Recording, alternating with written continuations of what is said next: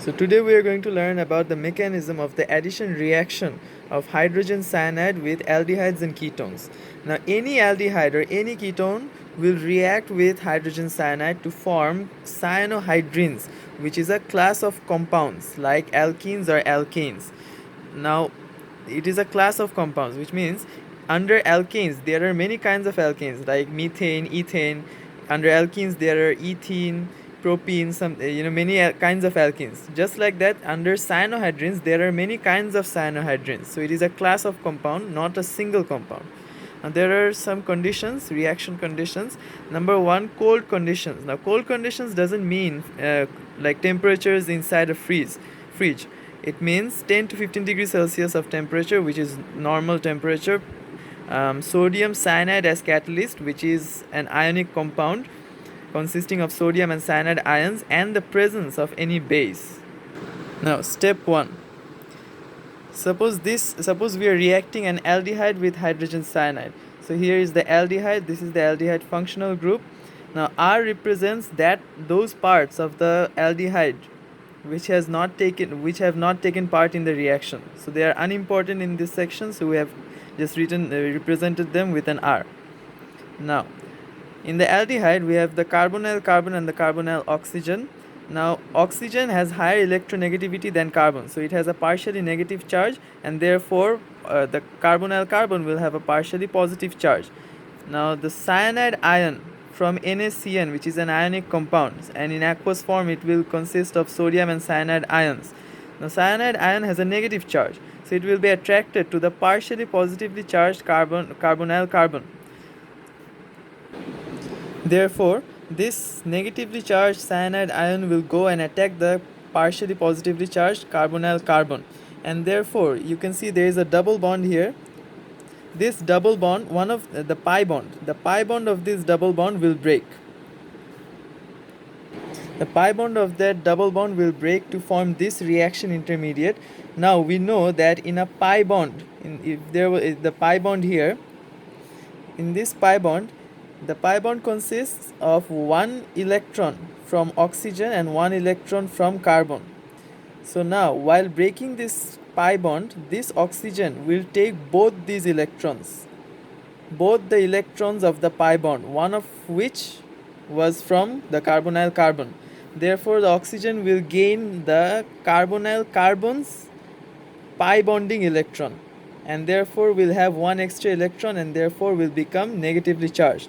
This is -1. It will have one extra electron, therefore -1 charge, and this is the reaction intermediate that forms. Now hydrogen cyanide is also an ionic compound consisting of positively charged hydrogen ions and negatively charged cyanide ions. Now as you can see, this oxygen has a -1 charge, negative charge. This hydrogen has a positive charge. Therefore this oxygen will attract this hydrogen, and therefore a heterolytic fission, I repeat, a heterolytic fission will occur in this bond, and therefore the hydrogen ion will be separated from hydrogen cyanide. My bad, sorry, a heterolytic fission will not occur. I'm sorry, this is an ionic bond, so heterolytic fissions only occur in covalent bonds in organic compounds. So not a heterolytic fission. This ionic bond will simply break due to the huge attraction from this oxygen ion, and therefore it will simply form hydrogen ions and cyanide ions. The ionic bond will break, no heterolytic fission, it will just break, and it will form hydrogen ions and cyanide ions. So now this hydrogen ion is free, and therefore it will go and attack the negatively charged oxygen ion, and so the hydrogen ion will go and attack this negatively charged oxygen ion, or the oxygen ion will attract the hydrogen ion, and they two will form a bond to form this compound, R C H N OH. This hydrogen bonds with this oxygen because opposite charges attract to form this compound. Now this is the cyanohydrin. Now why is it called cyanohydrin? Cyano means it has a cyanide group. Here it is.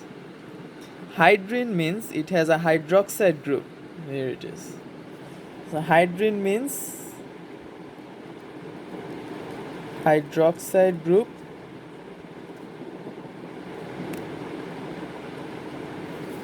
Cyano means presence of a cyanide group. Both in one compound we can see there are both the hydroxide group and the cyanide group. So it is called a cyanohydrine. Now this example was with aldehydes. Ketones will also react in a similar way to form this compound. Here is the reaction mechanism with the ketone. Here is the ketone functional group. Again, the same thing happens. From sodium cyanide, the cyanide ion gets attracted to this partially positively charged carbonyl carbon, goes and attacks it, and therefore forms a bond with the partially positively charged carbonyl carbon. And on the other hand, the pi bond in the carbonyl between the carbonyl carbon and oxygen breaks, and oxygen takes both the pi bonding electrons, one of which belong to the carbonyl carbon, and therefore becomes negatively charged, which attracts the positively charged hydrogen ion from hydrogen cyanide, therefore which breaks the ionic bond between hydrogen and cyanide ion, and that hydrogen ion then goes on and bonds with the negatively charged oxygen ion to form the cyanohydrine. And yeah, this is how it happened. I also forgot to mention that we'll get another product, which is the cyanide ion from hydrogen cyanide, which is left out again with aldehydes also.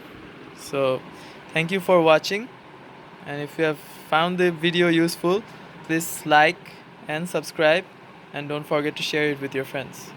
Thank you.